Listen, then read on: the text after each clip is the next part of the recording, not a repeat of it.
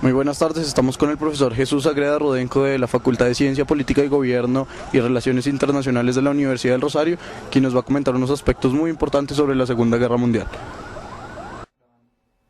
Bien, profe, gracias por atendernos. La primera pregunta es, ¿qué aspectos políticos y sociales incidieron en la conformación de los dos bloques que se desarrollaron en la Segunda Guerra Mundial? Ok, bueno, la verdad es que los dos bloques no se dieron inmediatamente, sino fue una construcción que de hecho duró hasta el 42 más o menos, que fue cuando la Unión Soviética entra en la guerra.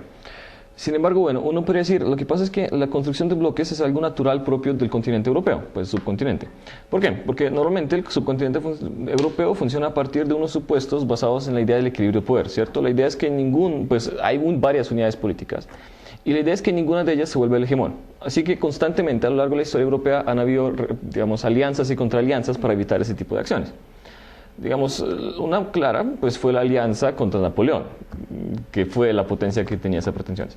Ahora bien, en los orígenes de la Segunda Guerra Mundial tenemos dos tipos de países al menos. Primero, algunos que están ciertamente de acuerdo con la distribución de poder dentro de la estructura europea, que son en últimas los ganadores de la Primera Guerra Mundial, ¿cierto? Y aquellos países que no están muy de acuerdo, que es particularmente el caso de Alemania. Ahora, sin embargo, ¿por qué entonces realmente hay dos bloques y no es una alianza europea contra Alemania que tiene pretensiones expansionistas? Pues la respuesta es básicamente la siguiente. Bueno, primero que todo, la razón para que Alemania inicie la guerra, de nuevo, tal como dijimos, primero, porque está muy inconforme con la situación de la Primera Guerra Mundial, en particular porque perdió territorio, ¿cierto? Pero además porque también tiene o sufrió una destrucción económica significativa y para completar, a partir de los tratados de Versalles, tenía que pagar los costos de la guerra y eso trajo unos niveles de hiperinflación muy altos que simplemente terminaron destruyendo la economía de Alemania en esa República de Weimar. Y paralelamente esta idea, digamos, de destrucción, o bueno, esta destrucción vino con unas promesas políticas y una ideología política asociada al social-nacionalismo, ¿cierto? Que es este partido en últimas o corriente política de la que hará parte Hitler, que lo que hace básicamente es tratar de proteger o buscar la restauración no solo económica, sino también política de Alemania, digamos, tratar de restaurar su posición dentro de ese espacio natural de estabilidad europea. En últimas, de nuevo, lo que pasa es que Alemania, Prusia, históricamente fue un papel o fue un actor central en este sistema de equilibrio de poder, y cuando desaparece, pues hay un desequilibrio bastante claro. Hitler quiere restaurar de nuevo la posición de Alemania en ese escenario, a partir de, primero, una reconstrucción económica y segundo, una reconstrucción o reunificación social, en torno a la idea de una etnia, ¿cierto? Bien. Sin embargo, ¿por qué otros países se alían con Hitler, por ejemplo? Y es el caso, por ejemplo, de los bueno, no puedo decir los austriacos y por qué no los húngaros, que también, digamos, tienen repercusiones importantes a partir de la desaparición del Imperio Austrohúngaro como resultado de la Primera Guerra Mundial. Y también tenemos a los italianos, que también justamente comparten una ideología similar de carácter social nacionalista, que tiene pues una base étnica, pero que tiene repercusiones económicas, que termina, digamos, consolidando la alianza entre Hitler y Mussolini, ¿cierto? Y por otro lado tenemos, pues en Asia, otra potencia con pretensiones expansionistas, que es Japón, que también termina incluyéndose ahí. ¿De acuerdo? Bien. Ahora, ¿por qué se forma el contrabloque? Digamos, aquí es donde estamos creando el eje, ¿cierto? Países que están inconformes con la situación o la distribución tal como está en Europa y tratan de reconstruir, bueno, quieren cambiar el mundo. Por otro lado, ¿por qué se crea el otro bloque y por qué en últimas la Unión Soviética no entra sino a principios de los 40 realmente? Bien, digamos, la parte que trataba de contrarrestar el expansionismo nazi de Hitler, pues en principio deberían ser los británicos y los franceses, que eran las grandes potencias europeas que quedaron y que tradicionalmente también jugaban dentro de esta estructura de equilibrio de poder. La posición es que, el problema que se evidencia ahí es que la posición británica nunca fue muy concreta sobre cómo realmente contrarrestar la influencia de Hitler y hasta qué punto realmente la expansión de Hitler era admisible o no. Aquí es donde tenemos Chamberlain firmando algunos acuerdos en Berlín diciendo que, pues, aceptando la expansión de Hitler, pero sin realmente imponer un límite real, no solo al rearme, sino, digamos, a las pretensiones territoriales que tenía Hitler. Entonces, sin embargo, cuando realmente en el 39 la expansión de Hitler se hace evidente y Hitler no solo, digamos, se limita a expandirse frente a lo que los franceses y los británicos están dispuestos a aceptar, es decir, cuando realmente empiezan a entrar en Checoslovaquia y cuando a la larga entran en Polonia con seriedad, pues ahí es cuando realmente se hace necesario tratar de contrarrestar a Hitler. ¿De acuerdo? De nuevo, el equilibrio de poder tiene que funcionar. ¿Por qué? Porque Hitler tiene pretensiones imperialistas. Hitler claramente quiere volverse el hegemón de Europa. Al parecer, a partir de la reconstrucción económica, tiene ciertas capacidades tecnológicas que le ayudan a sustentar esa idea.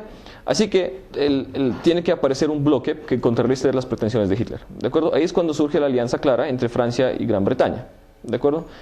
La pregunta es por qué entra Estados Unidos y por qué entra la Unión Soviética, porque la Unión Soviética no había entrado antes. La Unión Soviética quería evitar guerras de cualquier forma, justamente para tratar de consolidar la construcción del mundo socialista, que era relativamente nuevo. La guerra civil rusa había terminado apenas en el 22.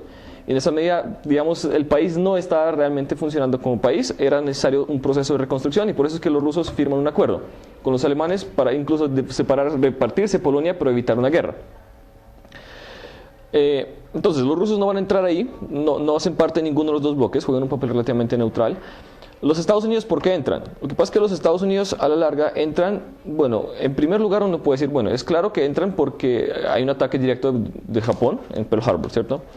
Sin embargo, si uno lo mira realmente, los primeros años de la guerra son desastrosos para Europa, ¿cierto? Francia se rinde, Gran Bretaña está acorralada y no puede expandirse, y en esa medida lo único que puede suceder es que efectivamente Alemania se siga expandiendo hasta convertirse en un imperio europeo, en un imperio que abarque todo el subcontinente europeo. Estados Unidos no puede superar, no puede aceptar algo por el estilo. ¿Por qué? Porque en últimas, Estados Unidos, digamos, se estaba consolidando como una potencia económica a partir de la Primera Guerra Mundial, pues no fue destruida realmente como fue Europa. Pero el poder de Estados Unidos, digamos, se debía justamente a la posición y a la capacidad que tenía a partir de los recursos casi limitados que poseía. El grave problema es que si aparecía un imperio que abarcara desde los Urales hasta el Atlántico, podría aparecer un imperio que podría competir directamente con Estados Unidos. Y que no solo podía competir directamente con Estados Unidos, sino que podía ser más fuerte que Estados Unidos mismo. ¿De acuerdo?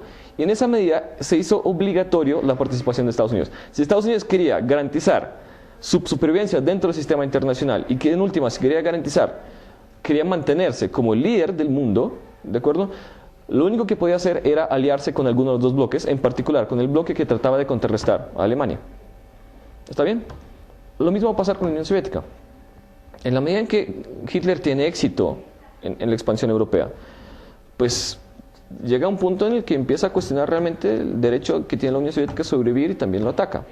Y trata de destruirlo en últimas. Y bueno, termina perdiendo. Pero entonces, resumiendo, la idea era tratar de decir, bueno, ¿cómo se crearon los bloques? Pues bien, los bloques surgen a partir de estas dos, digamos, tendencias. Uno, por parte de unos países o unas potencias revisionistas que trataron de cambiar la forma como se mantenía el continente europeo. Y el otro bloque fue conformado por aquellos países que trataban de mantener la estabilidad tal como existía tradicionalmente. Bien, profe. Y la otra pregunta sería, ¿qué repercusiones tuvo la Segunda Guerra Mundial para el sistema internacional y muy en concreto para Europa? Pues hasta la Primera Guerra Mundial, bueno, hasta el final de la Primera Guerra Mundial, Europa era el centro del mundo, ¿cierto? Estamos hablando de los países más desarrollados, no solo tecnológica, sino económica y, ¿por qué no?, cultural y políticamente hablando, que tenía una contraparte en América, en Estados Unidos especialmente, pero en últimas Europa era el centro del mundo. Europa estaba dominando y controlando el mundo. De nuevo, no solo tecnológica y económica, sino culturalmente también. La consecuencia más clara después de la Segunda Guerra Mundial, al menos para Europa, es justamente esa desaparición de Europa como un actor internacional tan evidente como lo había sido hasta el momento. Lo que pasa es que, de nuevo, la Segunda Guerra Mundial fue la peor guerra que jamás ha visto la humanidad, pues en términos de destructividad como tal. Así entonces, básicamente, no solo murió mucha gente, sino toda la infraestructura productiva europea quedó destruida, ¿cierto? Sí, pues los bombardeos fueron constantes, así que, primero que todo, Europa perdió, digamos, ese liderazgo económico, industrial y, por qué no, casi tecnológico que había tenido históricamente. Por otro lado, entonces, bueno, como proceso paralelo a esta debilidad europea, aparecen dos actores internacionales mucho más relevantes que los tradicionales europeos, que son Estados Unidos y la Unión Soviética. Bueno, Estados Unidos culturalmente, bueno, es europeo, pero la contraparte, que es la Unión Soviética, no necesariamente del todo. Así entonces, digamos, hay un relevo en el liderazgo mundial. El viejo continente se queda atrás y es reemplazado por Estados Unidos y la Unión Soviética. ¿De acuerdo? Bien. Ahora, sin embargo, no todo es malo, la verdad. Obviamente, sí, la destrucción y la muerte fue terrible. Sin embargo, por otro lado, uno podría decir que en últimas, la aparición de estas dos superpotencias y las condiciones que dejaron la guerra obligaron a los países europeos a la integración. Es decir, la razón misma de la construcción de la Unión Europea surge a partir de la destrucción de la Segunda Guerra Mundial. Los europeos sabían que, primero, para evitar una nueva guerra, tenían que empezar a crear relaciones de interdependencia evidentes entre ellos. Es lo que Robert Schuman había expresado muy bien en el 50. Y por otro lado, si realmente querían volver a retomar de alguna forma alguna participación, algún papel en el sistema internacional, tenían que unificarse, porque de lo contrario no podrían contrarrestar de ninguna manera la influencia de Estados Unidos o la Unión Soviética. Digamos, siendo países individuales eran demasiado débiles para poder jugar como una posible tercera fuerza frente a estos dos actores. Así entonces, de nuevo, la Segunda Guerra Mundial destruyó Europa, sí, en todos los aspectos, claro, pero por otro lado obligó a la construcción de lo que actualmente es la base de la Unión Europea, o lo que actualmente es la Unión Europea. Y en la medida en que la Unión Europea realmente es la agrupación de los 27 países europeos que realmente empiezan a mostrarse como un actor internacional, al menos hasta hace algunos tiempos como gran actor internacional en ámbitos comerciales y monetarios, pues la Segunda Guerra Mundial no fue del todo mala. Obligó o permitió realmente una reconstrucción y una integración mucho más activa dentro del continente europeo, una integración que permitió superar las diferencias tradicionales y que permitió superar la guerra europea.